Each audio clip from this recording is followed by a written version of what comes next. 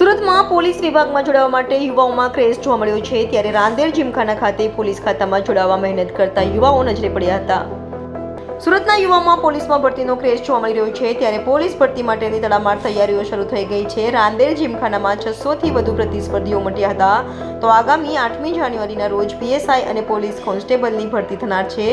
ભરતીને પગલે યુવાઓમાં ઉત્સાહ જોવા મળ્યો છે, ત્યારે સુરત સહિત દક્ષિણ ગુજરાતમાંથી 600થી વધુ ઉમેદવાર પ્રેક્ટિસ કરતા જોવા મળ્યા હતા। પુરુષ ઉમેદવારોએ 5 કિલોમીટરની દોડ 25 મિનિટમાં પૂર્ણ કરવાની રહેશે, જ્યારે મહિલા ઉમેદવારોએ 1600 મીટરની દોડ 9 ને 30 મિનિટમાં પૂર્ણ કરવાની રહેશે।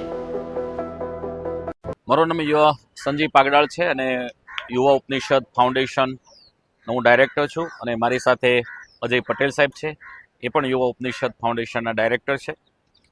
અને અહીંયા ખાસ જે પોલીસ ભરતીની 8 તારીખે જે ફિઝિકલ થવાની છે એના માટે યુવા ઉપનિષદ ફાઉન્ડેશનના જે તમામ બ્રાન્ચના વિદ્યાર્થીઓ અહીંયા મોક રનિંગ કરી રહ્યા છે કે જે ખાસ કરીને જે પ્રકારે પોલીસ ભરતી બોર્ડમાં જે પ્રકારે દોડ થતી હોય છે, રનિંગ થતી હોય છે, તે જ પ્રકારનું અહીંયા અમે આયોજન કરીએ છીએ।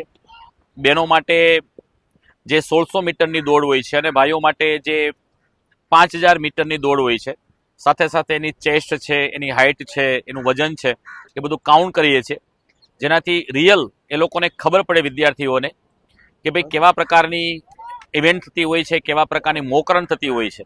તો એ પ્રકારનું સુંદર મજાનું આયોજન યુવા ઉપનિષદ ફાઉન્ડેશન પબ્લિકેશન અને એપ્લિકેશન દ્વારા કરવામાં આવેલું છે।